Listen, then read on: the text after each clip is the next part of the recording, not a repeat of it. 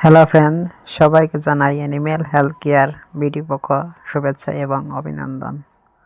আজকে আমরা যে বিষয়টি নিয়ে চর্চা করতে যাচ্ছি সেটি হচ্ছে গবাদি পশুর মিল্ক ফিভার। আপনারা দেখতে পাচ্ছেন যে গরুটির মিল্ক ফিভার রোগে আক্রান্ত হয়েছে, ঘাড় পাকা হয়ে গিয়েছে। সেটি মিল্ক ফিভার রোগের একটি লক্ষণ। আজকে আমরা এই ভিডিওর মাধ্যমে জানব এই মিল্ক ফিভার রোগ কীভাবে আক্রমণ করে এবং এটির লক্ষণ কী এবং এটির চিকিৎসা নিয়ে আমরা আলোচনা করতে যাচ্ছি এই ভিডিওর মাধ্যমে। আপনারা যারা এই ভিডিওটি দেখছেন তারা অবশ্যই ভিডিওটি লাইক এবং শেয়ার করবেন আর অবশ্যই চ্যানেলটিকে সাবস্ক্রাইব করে রাখবেন। বন্ধুরা, চলো আমরা মিল্ক ফিভার নিয়ে আলোচনা করি।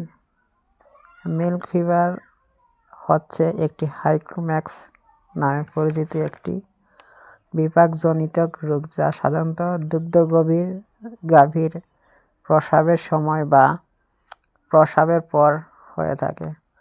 রক্তের ক্যালসিয়ামের মাত্রা হঠাৎ কমে যাওয়ার কারণে এই রোগটি দেখা যায়। দুধ উৎপাদনের জন্য ক্যালসিয়ামের চাহিদা বাড়িয়ে দেওয়ার জন্য মিল্ক ফিভারের হয়ে থাকে। এটি একটি বিপাকজনিত রোগ যা সাধারণত গাভীতে দেখা যায়।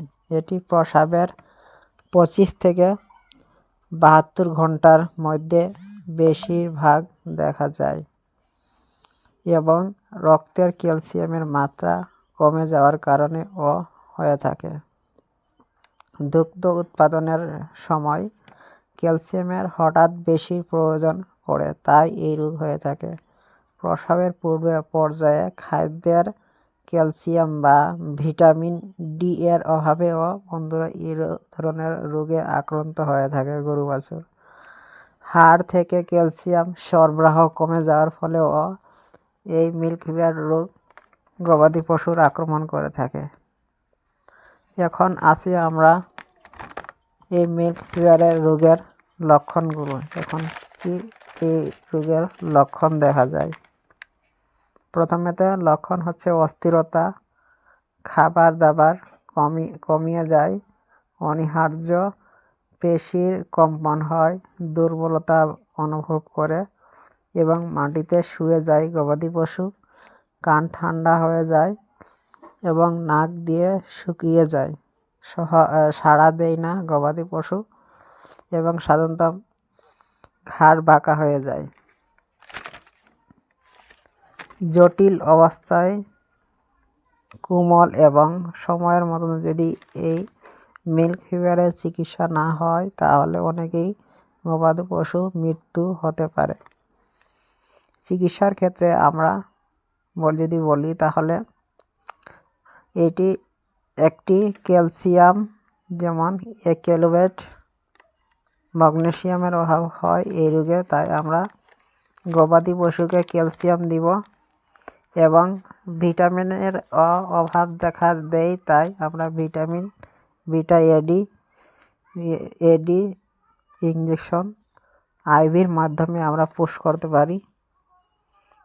এরপর আমরা মুখে খাওয়ার জন্য ক্যালসিয়াম সাপ্লিমেন্ট খেতে দিতে হবে। ভিটামিন জাতীয় খাদ্য আমরা গবাদি পশুকে দিব। এখন আসি এই রোগের প্রতিরোধ কীভাবে আমরা করব। প্রসবের আগে সঠিক খাদ্য ব্যবস্থাপনা, প্রসবের পূর্বে পর্যায়ে